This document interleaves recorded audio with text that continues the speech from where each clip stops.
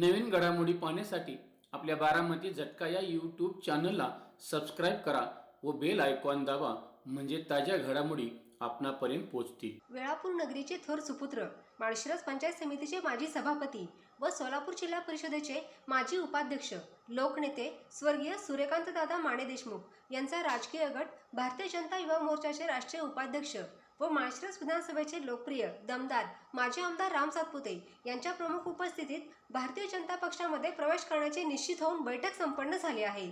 शेरी वेळापूर पंचक्रोशीत भारतीय जनता पक्षाचा कमळाचा मळा फुलला होता। त्यामुळे माळशिरस तालुक्याच्या पूर्व भागात मोहिते पाटील गटाला खिंडार पडणार अशी राजकीय परिस्थिती प्रचंड जनसमुदायाच्या उपस्थितीवरून निर्माण झाली आहे। माळशिरस तालुक्याच्या जडणघडणीत स्वर्गीय सूर्यकांतदादा दत्तोजीराव माने देशमुख यांनी मोहिते पाटील घराण्याला सर्वतोपरी सहकार्य केले होते। स्वर्गीय सूर्यकांतदादा यांनी वेळापूर पंचक्रोशीमध्ये मोहिते पाटील यांचे राजकीय अस्तित्व टिकवून ठेवले होते। माळशिरस पंचायत समितीचे सभापती व सोलापूर जिल्हा परिषदेच्या उपाध्यक्षपदावर त्यांनी काम केले होते। स्वर्गीय सूर्यकांतदादा यांच्या दुसऱ्या पिढीला सपत्नीक वागणूक देऊन सूर्यकांतदादा यांचा गट राजकारणापासून कोसो दूर नेऊन ठेवला आहे। मोहिते पाटील यांनी माने देशमुख यांच्या विरोधामध्ये कायम छुपी ताकद देऊन आजपर्यंत गावच्या सत्तेपासून माने देशमुख परिवार अलिप्त ठेवला आहे। त्यांचे राजकीय षडयंत्र करण्याचे काम आजही सुरूच आहे। स्वर्गीय सूर्यकांतदादा यांचा वारसा पुढे जपण्याकरिता मोहिते पाटलांकडून राजकीय मुस्कटदाबी होत असल्याने सूर्यकांतदादा यांचे वारसदार अमृतराज, अमरसिंह, अभयसिंह उर्फ आनंदराज यांनी मोहिते पाटील गटाला सोडचिठ्ठी देऊन माळशिरस विधानसभेचे लोकप्रिय दमदार माजी आमदार राम सातपुते यांच्या समवेत राजकारण करून स्वर्गीय सूर्यकांतदादा यांचा गट पुन्हा राजकारणात सक्रिय करण्याकरिता आग्रही झाले आहेत। अभयसिंह उर्फ आनंदराज हे सहकारमर्षी शंकरराव मोहिते पाटील सहकारी साखर कारखान्यावर सचिव पदावर कार्यरत होते। त्यांनी सचिव पदाचा राजीनामा दिला आहे। त्रिमूर्तींनी लोकनेते स्वर्गीय सूर्यकांतदादा यांचे विचार पुन्हा जनमानसात रुजवण्याकरिता मनाशी खुणगाठ बांधली आहे। मोहिते पाटील यांना सोडल्याशिवाय लोकनेते स्वर्गीय सूर्यकांतदादा यांचे जनतेचे स्वप्न साकार होणार नाही। त्यासाठी त्रिमूर्तींनी भारतीय जनता पक्षामध्ये भारतीय जनता युवा मोर्चाचे राष्ट्रीय उपाध्यक्ष व माळशिरस विधानसभेचे लोकप्रिय दमदार माजी आमदार राम सातपुते यांच्या समवेत बैठक झाली आहे। त्रिमूर्तींच्या निर्णयाचे माने देशमुख परिवारासह सूर्यकांतदादा गटातील सर्वांची अनुमती आहे। अमृतराज, अमरसिंह व अभयसिंह उर्फ आनंदराज लवकरच भारतीय जनता पक्षामध्ये प्रवेश केल्यानंतर माळशिरस तालुक्याच्या पूर्व भागात मोहिते पाटील गटाला खिंडार पडणार आहे। शेरी वेळापूर येथे भाजपच्या कमळाचा मळा फुलला होता।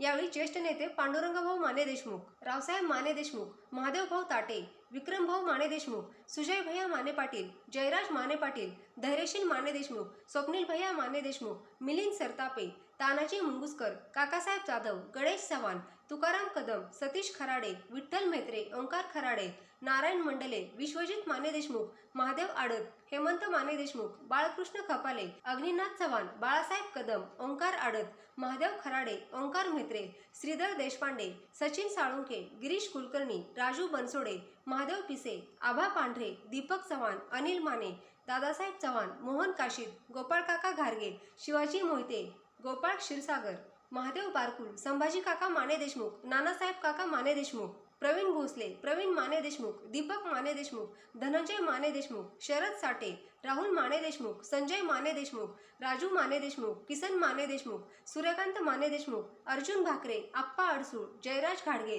राजेंद्र कोलगे, ज्ञानेश्वर शिंदे, मोहन काशीद, मल्हारी शिंदे, संदीप पिसे, दत्तात्रय माने, विजय ननवरे, अरुण मदने, हरी मेटकरी, संजय साखरे, सुशांत जाधव, रामदास माने, तानाजी पाटील, सत्यवान माने, अमोल मगर, हुन्नरभाई शेख, काकासाहेब मगर, तुकाराम यादव, ऋषिकेश मगर, दत्तात्रय माळी, भैया मिरगे, सुनील शिंदे, भारत माने देशमुख, गणेश पताळे, शिवाजी माने देशमुख, दत्तू जाधव, उत्तम आडसूळ, विठ्ठल सावंत, महादेव माने, नानासाहेब सावंत, दत्तू मगर, संजय पणासे, दत्तू गोडसे, बंडू बाबर, चंद्रकांत कोळ, गजानन माने, विकास माने, गणेश आडत, मोहन आडत, राजू बनसोडे, आभा पांढरे, सुशांत जाधव, संदीप पिसे, गणेश माने देशमुख, सोमनाथ सावंत, गजानन सावंत, संतोष सावंत, तानाजी माने देशमुख, सुधीर माने देशमुख, अमोल माने देशमुख, अनिल माने, उत्तम गोरे आदी उपस्थित होते। यावेळी उपस्थितांनी आपले मनोगत व्यक्त केले आहे।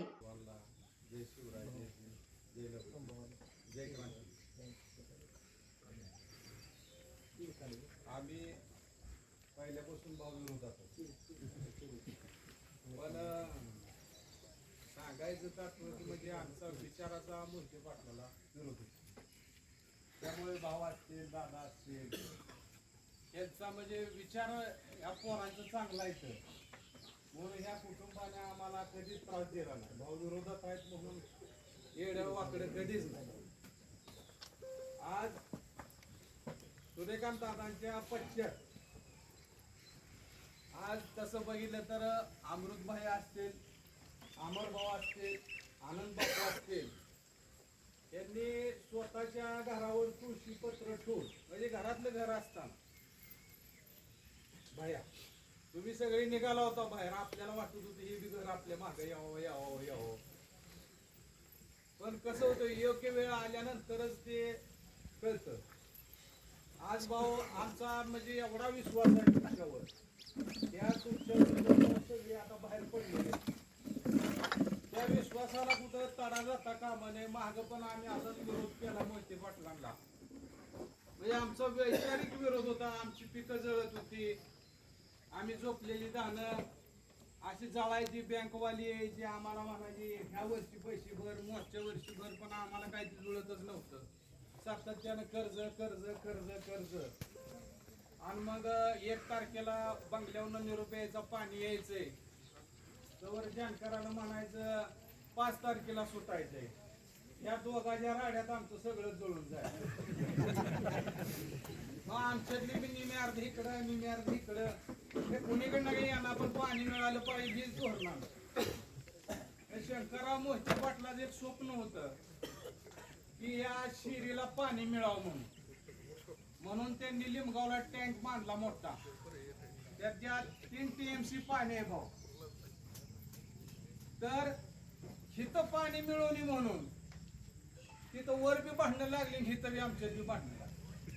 बोंबलायला म्हणजे आमच्या हिरी फक्त 2 तास चालते, त्या बोर बी आटते तर सगळं आटते, आणि परत जशी तशी परिस्थिती आहे तीच परिस्थिती आहे. आम्ही काय सुधारायला तयार नाही काय. अमरभाऊला अमृतभाईला म्हणलं बघा जरा प्रयत्न करा प्रयत्न करा.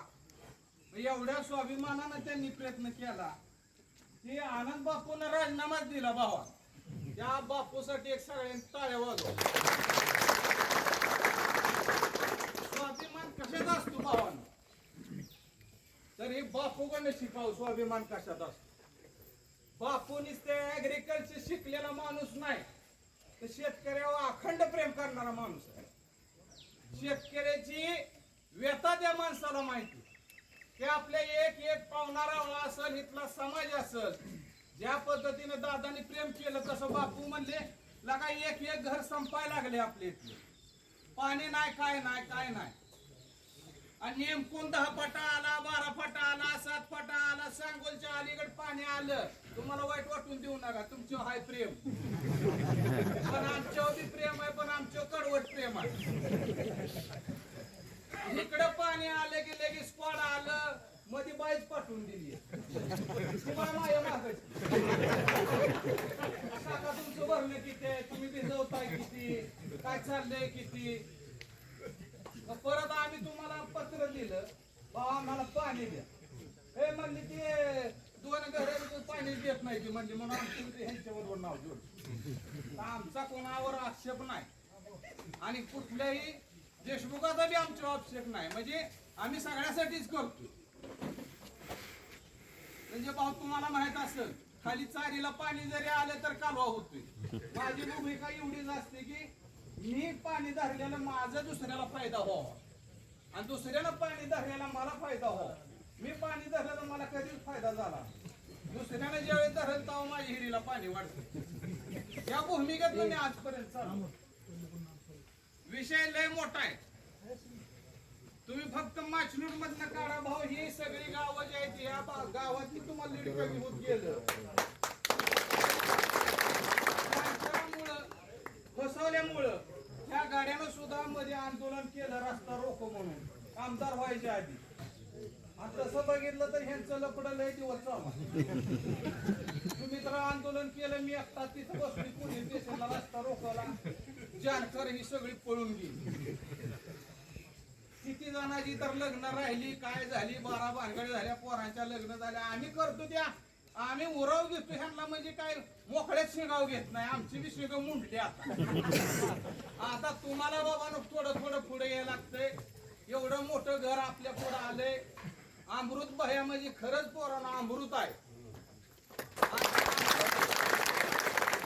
काढलंय घुसळून ते ह्याच्यातनं कसं कळसातलं कसं अमृत निघालं होतं ते आता दुसरं कोणी सायतानानं पिऊन एवढं लक्षात ठेवा. आता याचा उपयोग अमृत भयाचा आपण करून घेऊया भया करून. काय नाहीतर काय व्हायचं, तुम्ही ताकद कमी द्यायचा परत म्हणायला लागा भयाने मी काय केलं नाही. फुल ताकदीनं आपल्याला इथनं पुढे उतरायला लागल. आपसातलं भांडण असतंच, बांधाचं आहे, विहिरीचं आहे आणि गोळातली भांडणं आहे ती आपल्याच बी.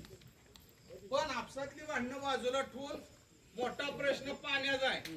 अमर भाऊ बायाला त्या दिवशी ज्या दिवशी तुम्ही भाऊ येऊन गेला त्या दिवशी आम्ही गेलो, म्हणलं बाया तुमच्या मागं आम्ही हाय. मागं बी होतो बाया, म्हणलं तुम्ही उभा राहिले की आमची माघार आहे. कारण आम्ही कुठल्याच विरोधक म्हणून कोणाकडे बघितलं ना, आम्ही विचारिक म्हणून ज्याचा विचारा विरोधात आहेत त्या माणसाला आमचा विरोध असणार. त्यांचा विचार चांगले आहेत म्हणून ह्या घराबरोबर आम्ही सातत्याने सगळी माणसं बायाबरोबर आहेत. आज सूर्यकांत दादानंतर वारसा म्हणजे अमृत बाया, अमर भाऊ आणि आनंद बापू चालवते. त्यांच्या विचारानं आपण सगळेजण चाललोय. आज ही तिन्ही भाऊ कुठल्या माणसाला आरोग्य पूर्वक काय नाही. जिथं अन्य अमर भाऊ अमृत भैया यांच्या प्रगतीच्या संदर्भात चर्चा करण्याच्या अनुषंगाने मीटिंग आयोजित केलेली आहे. आणि या मीटिंगला लाभलेले तालुक्याचे माजी आमदार आरोग्यदूत आमदार आदरणीय रामभाऊ सातपुते साहेब, विचार मंचावर उपस्थित असणारे सर्वच मंडळी आणि वेळापूर पंचक्रोशीतून या ठिकाणी उपस्थित असणारे आपण सर्वप्रथम स्वर्गीय सूर्यकांत दादा यांच्या स्मृतीस अभिवादन करतो. तसेच कालच जे आपलं विमान क्रॅश झालं अहमदाबाद या ठिकाणी, त्याच्यामध्ये जवळपास 300 लोक मरण पावलेले आहेत. त्या सर्वांनाही श्रद्धांजली अर्पित करतो. आजचा जो हा कार्यक्रम आहे एक वेगळा कार्यक्रम आहे. कधीही गावामध्ये असं वाटलं नव्हतं की असं काहीतरी घडेल, असं काहीतरी होईल. लोकांना हे अपेक्षित असताना सुद्धा घडतंय. परंतु एक मराठीमध्ये म्हण आहे, ज्याचं जळतं त्यालाच कळतं. हे लोक काय सोसत होते, काय हे करत होते ह्यांनाच माहिती आहे. भाऊ खरं तर अमर भाऊ असतील, अमृतभाई असतील, यांचे आमचे अनेक दिवसापासून संबंध आहे. आणि माझे वडील जे होते ते माझे वडील सूर्यकांत दादांबरोबर काम करायचे. म्हणजे आमच्या घराची नाळ ह्या घराबरोबर होती. परंतु सूर्यकांत दादांच्या नंतर या घराला जेवढी ताकद, जेवढी शक्ती, पाठबळ जेवढं द्यायला पाहिजे होतं तेवढं त्यांच्याच घरातल्या लोकांकडून त्यांना तेवढं पाठबळ दिली नाही. 2017लाच मी अमृतभाऊंना आणि अमृतभाईंना भेटायला आलतो आणि भेटायला आल्यानंतर इथंच बसलो होतो. ग्रामपंचायतची निवडणूक नुकतीच झालेली होती. आणि त्यावेळेस मी अमृत भैयांना म्हणत होतो की भाऊ तुम्ही वेगळे व्हा, आपण वेगळे काहीतरी गावामध्ये सगळं वेगळा प्याला उभा करूया. परंतु यांच्याच घराची सत्ता तालुक्यावर असल्यामुळे त्यांना वेगळा निर्णय घेता येत नव्हता. आणि त्या लोकांनी आपण बघितलं की यांना तेवढी ताकद, एवढे बळ दिलं नाही, त्यांना आधार दिला नाही. त्यांच्या पाठीमागे जेवढी शक्ती उभा करायला पाहिजे होती तेवढी केली नाही. आणि हे न केल्यामुळं केवळ विरोधकांची सत्ता गेली 20 वर्ष झालं आपल्या गावावरती आहे. म्हणजे यांच्या जर पाठीमागे ताकद उभा केली असती तर त्यांची सत्ता गावावर राहिलीच नसती आतापर्यंत.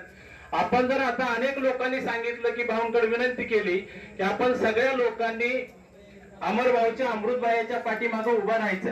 मला भारतीय जनता पार्टीचे एक उदाहरण सांगायचं. स्वर्गीय गोपीनाथ मुंडे यांच्या घरांचं 2014 मध्ये गोपीनाथ मुंडे यांचं अपघाती निधन झालं. परंतु भारतीय जनता पार्टीनं त्या मुंडे परिवाराच्या पाठीमागे जी ताकद उभा केली ते तुम्ही सगळेजण बघताय. पंकजाताई असतील, प्रीतमताई असतील, त्यांच्या पाठीमागे ताकद उभा केली. त्यांना संसदेमध्ये पाठवलं, त्यांना विधानसभेमध्ये पाठवलं, त्यांना मंत्रिमंडळामध्ये घेतलं.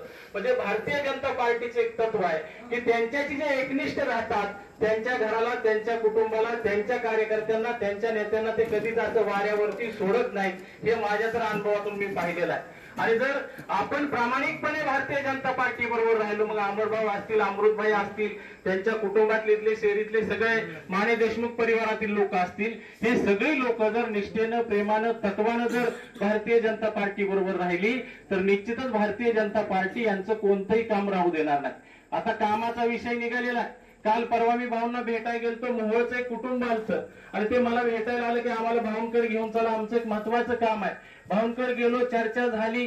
खरं तर जन्मठेपेची फाशीची शिक्षा लागल्यानंतर एक संविधानामध्ये तरतूद आहे की दयेचा अर्ज करायचा राज्यपालाला, आणि त्या संदर्भातलं काम होतं. भाऊंकडे गेलो, चर्चा केली. भाऊंनी राज्यपालांच्या पीएला फोन केला आणि तिथून आम्ही उठून जात असताना गाडीमध्ये आल्यानंतर मी त्या लोकांना विचारलं, तुम्हाला काय वाटतं भाऊंकडनं काम होईल का?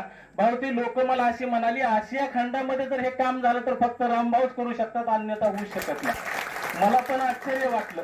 म्हणजे कामाच्या बाबतीमध्ये गेले अनेक दिवस झालं आम्ही भाऊंबरोबर काम करतोय. कोणतंही काम घेऊन जा, ते काम होत नाही असं होत नाही. प्रत्येक काम केलं जातं. तो माणूस कोण आहे, कोणत्या जातीचा आहे, समाजाचा आहे, पार्टीचा आहे, पक्षाचा आहे, कधीही बघितलं जात नाही. प्रत्येक काम होतं. म्हणून आपण सर्वांनी भाऊंबरोबर राहूया. अमरभाऊ असतील, अमृतभाई असतील, त्यांनी जो हा धाडसी निर्णय घेतलेला आहे, त्या धाडसी निर्णयामध्ये आम्ही सर्वजण त्यांच्या सोबत आहोत. त्यांच्या बरोबर काम करायची आमची अनेक दिवसाची इच्छा होती, तयारी होती, आणि आता इथून पुढे एकत्र काम करण्याची संधी मिळते. निश्चितपणे एकत्र काम करूया भाऊ आणि भैया. आपण या गावाचा चेहरा मोहरा बदलूया. अनेकांनी अनेक प्रश्न मांडलेले आहेत. प्रत्येकाला गॉगल असतो, चष्मा असतो, त्यातून त्याला तो प्रश्न दिसत असतो. भाऊ माझी सुद्धा एक खंत आहे की आमच्या गावामध्ये भ्रष्टाचार खूप मोठा आहे. ग्रामपंचायतचा करोडोचा निधी एकाच घरामध्ये गेला जातोय. एक उदाहरण तुम्हाला सांगेन की 2007-8 ला आमच्या गावाला एक योजना आली. खरं तर 7 नंतर सत्ता त्यांच्याकडे गेली. त्याच्या अगोदरच ही योजना आलेली होती आणि 25 लाख रुपयाचा निधी आलता. त्याच्यामध्ये उघडेवाडीच्या तळ्यावरती एक विहीर झालती. त्या विहिरीमधून पाईपलाईन इको बोर्डला गेली आणि इको बोर्ड जवळ एक पाण्याची टाकी बांधण्यात आली होती आणि रस्त्याच्या कडेने पाईपलाईन गेलेली होती. 7 नंतर सत्ता त्यांची आली, त्यांच्याकडे हस्तांतरण झालं. परंतु 2017ला या रस्त्याचं काम चालू झाल्यानंतर त्याच्यामध्ये ती पाण्याची टाकी गेली, इकोबोर्डनं दिलेली जागा गेली आणि त्याच्यामध्ये ती पाईपलाईन सुद्धा गेली. परंतु आमच्या ग्रामपंचायतला त्याची नुकसान भरपाई मिळालेली नाही. आम्ही त्याच्यावरती आंदोलनं केली. आंदोलनं केल्यानंतर आम्हाला कागदपत्र भेटली तर त्याचे जवळपास 85 ते 90 लाख रुपये दुसऱ्या खाजगी लोकांच्या नावावरती काढलेले आहेत. म्हणजे एवढा मोठा घोटाळा आहे. अंगणवाडी आहेत आमच्या गावामध्ये, 23 अंगणवाडी आहेत, 12 बांधलेले आहेत म्हणजे मोठ्या अंगणवाडी आहेत, 11 मिनी अंगणवाडी आहेत. त्याच्यासाठी सुद्धा भाऊ जो निधी आलता त्याच्यामध्ये बेबी टॉयलेट बनवायचे होते. पहिल्यांदा बेबी टॉयलेट आणले, 12 बेबी टॉयलेट आणले. आता खरं तर पंतप्रधानांनी एक योजना काढलेली आहे शौचालयाची, त्याला 12,000चा निधी येतो. आता बेबी टॉयलेट म्हणजे लहान असतं, छोटं असतं, एवढंच असतं, 4-5 हजार जास्त झाले त्याला. परंतु त्याच्यासाठी पहिल्यांदा 11,500 रुपयाचं बिल एका बेबी टॉयलेट साठी काढलं आणि काही दिवसानंतर पुन्हा तेच बेबी टॉयलेट दाखवलं आणि बहुत्या छोट्या एका बेबी टॉयलेटची किंमत 33,500 रुपये लावली. म्हणजे बेबी टॉयलेट मधलं सुद्धा या लोकांना पुरालेलं नाही. मला असं वाटतंय आमचं गाव जर भ्रष्टाचार मुक्त झालं तर निश्चितच आमच्या गावाचा विकास झाल्याशिवाय राहणार नाही. आजही अनेक लोकांना दमदाटी करायची, शिवीगाळी करायची, कुणाची खरेदी होऊन द्यायची नाही, कुणाच्या नोंदी अडवायच्या, असे प्रकार घडतायत. कुणी कुठंतरी एखादा शब्द विरोधात बोलला का दुसऱ्या दिवशी त्याला नोटीस द्यायचं.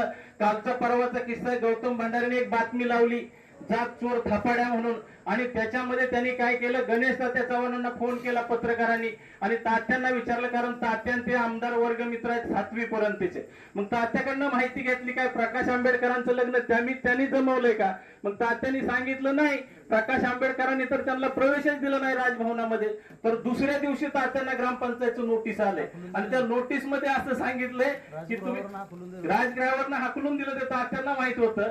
परंतु दुसऱ्या दिवशी गणेश तात्याला नोटीस काढले त्यांनी ग्रामपंचायतचं की तुम्ही ग्रामपंचायतची परवानगी न घेता बांधकाम केलंय म्हणून. आता तुम्ही मला सांगा, ज्या गोष्टीमध्ये वीट सिमेंट वाळू वापरलं नाही त्याला बांधकाम म्हणतात का?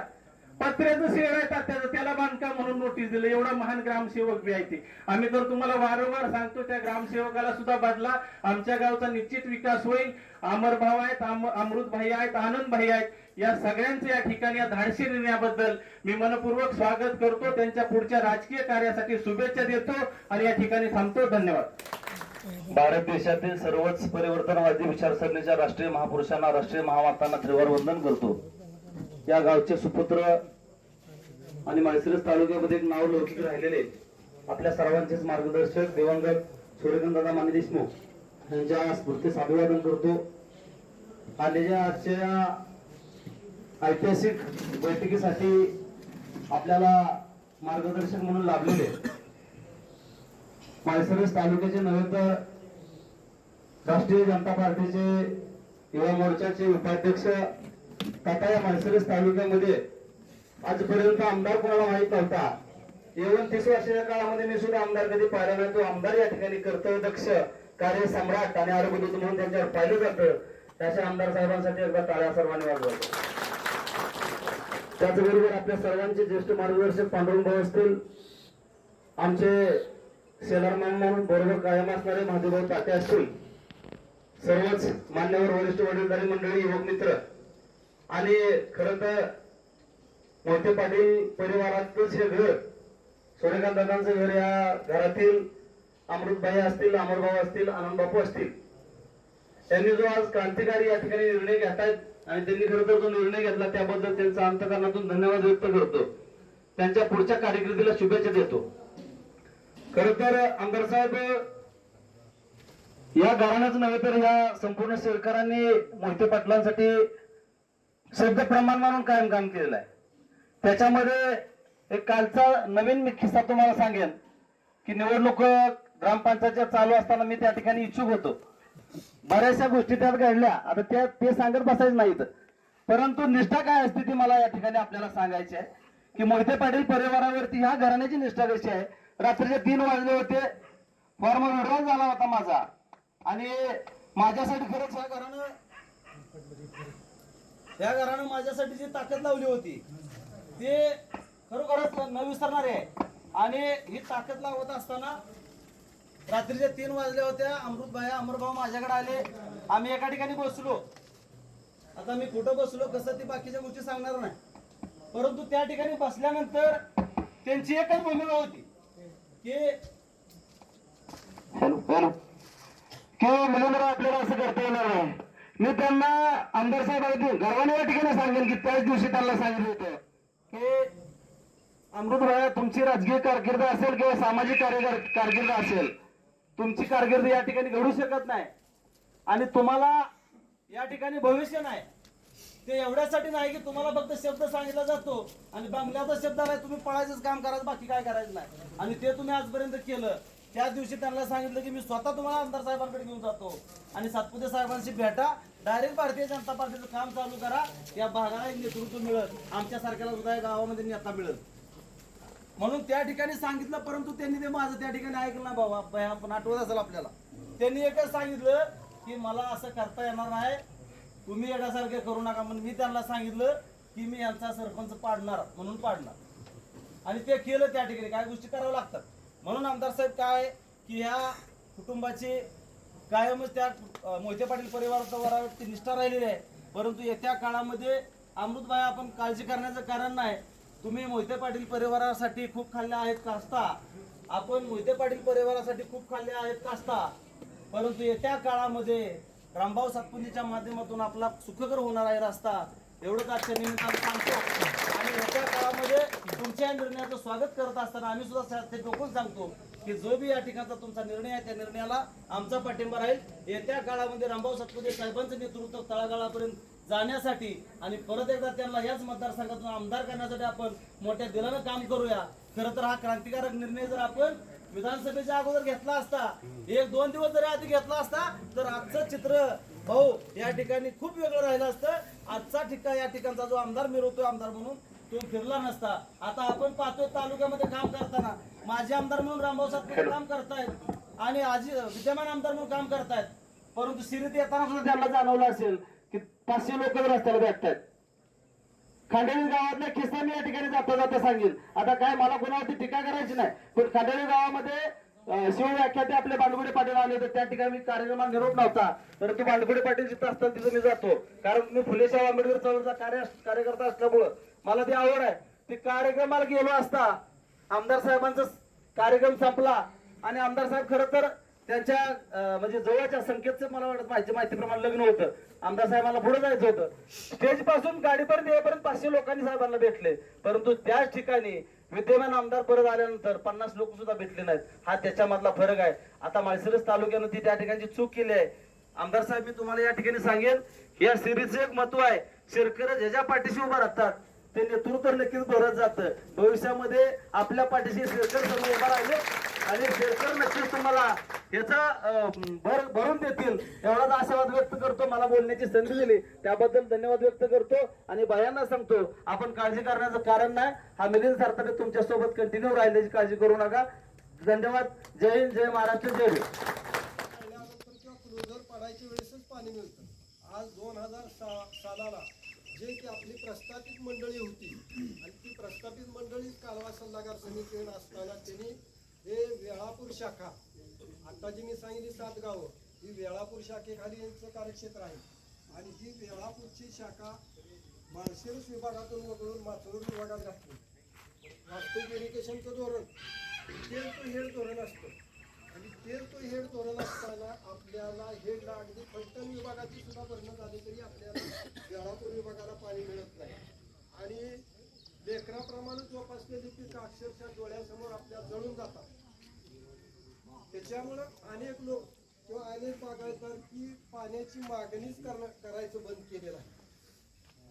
पाण्याची मागणीच करत नाही. मग तो सुद्धा म्हणजे असा तयार होतो की तुमची मागणी कमी आहे, तुम्ही पाणी मागू नका, असं सुद्धा आम्हाला अनेक वेळा सांगितलं गेलं. या बाबतीत 3-4 वेळा उपोषण केलं गेलं आणि अनेक वेळा या प्रस्थापिताच्या दरबारी हा प्रश्न मांडला, परंतु तो प्रश्न आजपर्यंत सुटलेला नाही. त्याचप्रमाणे वास्तविक दुसरा एक फार मोठा प्रश्न की जुना पालखी मार्ग हा 66 फुटाचा रस्ता आहे आणि 66 फुटाचा रस्ता 1975 पासून बंद झाला. त्या रस्त्यासाठी सुद्धा आम्ही पाठपुरावा 1975 पासून आज तागायत केला, परंतु तो प्रश्न सुद्धा आजपर्यंत सोडवलेला नाही किंवा इतर कामं सुद्धा आजपर्यंत वेळापूरच्या कार्यकर्त्याची झालेली नाही. ह्या सर्व गोष्टींचा विचार करून आपण आज भाजपची साथ धरून आपण सातपुते साहेबाच्या किंवा मोरे साहेबाच्या पाठीशी उभा राहणार आहे. अनेक लोकांच्या अजून कोणाचे काय प्रश्न असतील तर त्यांनी प्रश्न उपस्थित करावे, गंभीरपणे साहेब सोडवायला. छत्रपती शिवाजी महाराज की जय. भारत माता की जय. वंदे मातरम. आज या शेरीतील प्रमुख कार्यकर्त्याच्या बैठकीनिमित्त सर्वप्रथम ज्यांनी सुईच्या टोका एवढा सुद्धा स्वतःवरती कधी डाग लागू दिला नाही आणि या भागातील जनतेची अतिशय प्रामाणिकपणे अतिशय निस्वार्थीपणे सेवा केली असे आदरणीय सूर्यकांत दादांच्या चरणी नतमस्तक होतो. या ठिकाणी उपस्थित ज्येष्ठ मार्गदर्शक आपले पांडुरंग भाऊ, रावसाहेब भाऊ आणि महादेव भाऊ या ठिकाणी उपस्थित, अमृत भैया, अमर भाऊ या ठिकाणी उपस्थित असणारे सुजय भैया माने पाटील, जयराज भैया माने पाटील, स्वप्नील भैया, ज्येष्ठ म्हणता येत नाही कारण स्पीड जोरात आहे भाऊचं, त्यामुळं आपले मार्गदर्शक आणि अतिशय हिरिरीने इथल्या शेतकऱ्यांच्या प्रश्नावरती वाचा फोडणारे विक्रम भाऊ, काकासाहेबजी जाधव, उपस्थित आरपीआयचे तालुका अध्यक्ष मिलिंदजी सरतापे, या ठिकाणी उपस्थित असणारे मंचावरील सर्वच मान्यवर मंडळी. गोपाळराव गार्गेंनी 2दा भाषण केलंय, त्यांचं नाव तसं जोरात भाषण असते त्यांचं. उपस्थित असणारे सर्वच ओंकार खराडे, ओंकार आडद, सर्वच मान्यवर मंडळी, शेतकरी आणि या भागातील कार्यकर्ता बंधूंनो, छत्रपती शिवाजी महाराजांच्या काळातली एक कथा सांगतो. शिवाजी महाराज हे योद्धे होतेच, परंतु छत्रपती शिवाजी महाराज हे प्रचंड स्वाभिमानी, आत्मसन्मानाला त्या ठिकाणी ठेच न लागू देणारे राज्य होते. मुघलांनी उत्तरेतून त्या ठिकाणी अनेक भाग जिंकले, परंतु या ठिकाणी दक्षिणेमध्ये मुघलांना सळोकी पळो करून सोडलं आणि या ठिकाणी हा महाराष्ट्र छत्रपती शिवाजी महाराजांनी या महाराष्ट्राची मातीला कधी त्या ठिकाणी मुघलांच्या ताब्यात जाऊ दिलं नाही. असे छत्रपती शिवाजी महाराज आपले आदर्श आहेत. त्यावेळेस दक्षिणेमध्ये शिवाजी महाराजांकडून अनेकदा मुघलांच्या सैन्याचा पराभव झाला. अनेक सरदारांनी त्या ठिकाणी कडवी झुंज या मुघलांसोबत दिली आणि काही तहाच्या अनुसार त्या ठिकाणी दक्षिणेतले काही सरदार, काही राजे किंवा देशभरातलेच काही राजे त्या ठिकाणी दिल्लीमध्ये गेले आणि दिल्लीमध्ये गेल्यानंतर शिवाजी महाराजांना त्या ठिकाणी शेवटच्या रांगेमध्ये, सरदाराच्या रांगेमध्ये त्यावेळेच्या मुघल बादशाह औरंगजेबाने उभा केला. त्यावेळेस छत्रपती शिवाजी महाराज त्या दरबारामध्ये कडाडले की आपल्याला या ठिकाणी ज्या मुघलांचा आम्ही आमच्या महाराष्ट्रामध्ये अनेकदा पराभव केला, ज्यांना पराभवाची धूळ चारली, ज्यांना त्या ठिकाणी आमच्या मातीवरती एक मातीचा कण सुद्धा जिंकता आला नाही, त्या मुघलांचा आम्ही पराभव केला, त्यांच्या विरोधात लढलो आणि हिंदवी स्वराज्य स्थापन केलं. त्या मुघलांच्या दरबारामध्ये जर आम्हाला अशा पद्धतीने जर सरदाराच्या रांगेत तुम्ही उभा करत असाल तर हा दरबार नाही तर कैद आहे. अशा दरबाराला आम्ही लाथ मारतो म्हणून छत्रपती शिवाजी महाराजांनी स्वाभिमान आपल्याला शिकवला. त्यामुळे हा स्वाभिमान आपण छत्रपती शिवाजी महाराजांकडून शिकलोय. आणि आज जर बघितलं तर छत्रपती शिवाजी महाराजांच्या विचारानं काम करणारं महाराष्ट्रामध्ये सरकार आहे. छत्रपती शिवाजी महाराजांच्या विचारावरती या ठिकाणी शेतकऱ्यांसाठी अनेक योजना आणल्या. मोदीजीने शेतकऱ्यांना अनेक योजना आणल्या. गोरगरीब सामान्य जनतेसाठी अनेक कामं या ठिकाणी भाजपच्या सरकारच्या काळामध्ये होत आहेत. आणि अशा काळामध्ये आपण जर या ठिकाणी भारतीय जनता पार्टी आणि इथल्या विचारांसोबत, राज्याच्या मुख्यमंत्र्यांसोबत आणि भाजपासोबत जर आलो तर या भागाचा विकास होऊ शकतो. हा विचार घेऊन सूर्यकांत दादांचा परिवार आज आपल्या सोबत येतोय, माझ्या सोबत आणि भाजपा सोबत येतोय. मी आपल्याला सगळ्यांच्या साक्षीने शब्द देतो की कधी तुमच्या स्वाभिमानाला तडा, तुमच्या आत्मसन्मानाला तडा माझ्याकडून जाणार नाही. तुमच्या सुखात दुःखात पूर्ण ताकदीने मी आणि माझी भारतीय जनता पार्टी असेल. मला अमृत भैया जेव्हा केव्हा भेटले, मागच्या 5 वर्षामध्ये आपण सोबत काम केलंय. अमर भाऊ असतील, अमृत भैया असतील, परंतु अमृत भैयाने मला कधीही स्वतःच एकही काम सांगितलं नाही. भाऊ आमच्या शेरी नंबर 2चा रस्ता झाला पाहिजे, त्याच्यासाठी कायम भैयाचा पाठपुरावा असायचा. अमर भाऊचा त्या ठिकाणी गावातील प्रश्नाबद्दल पाठपुरावा असायचा. माझ्याकडे यायचे, मला जेवढं जमेल तेवढं करायचो. परंतु जर मॅच फिक्स जर असेल तर मॅच बघण्यात मजा नसते, हे शेरीकरांनी अनुभवलेलं आहे. तुमच्या विरोधात सोसायटीला त्या ठिकाणी हजारोने मतांना पैसे वाटायचा केविलवाना प्रयत्न केला, परंतु या शेरीतली आणि वेळापुरातली जनता सूर्यकांत दादाच्या उपकाराशी बांधलेली जनता आहे. इथल्या असणाऱ्या सूर्यकांत दादाच्या विचाराशी बांधलेली आहे. म्हणून तुमची त्या ठिकाणी तुमच्या सोसायटीला हे धक्का लावू शकले नाही. भैया इच्छा होती ग्रामपंचायतला मदत करायची, परंतु दोन्ही चिठ्ठ्या दुसऱ्याच्या होत्या. मिलिंद भाऊ तुमची चिठ्ठी निघणार नव्हती हे आम्हाला माहित होतं. दोन्ही चिठ्ठ्या ह्या दुसऱ्याच्याच होत्या. तुम्हाला वाटलं की माझी चिठ्ठी निघणार नव्हती हे मला माहित होतं. परंतु काय तुमची त्या ठिकाणी वेळी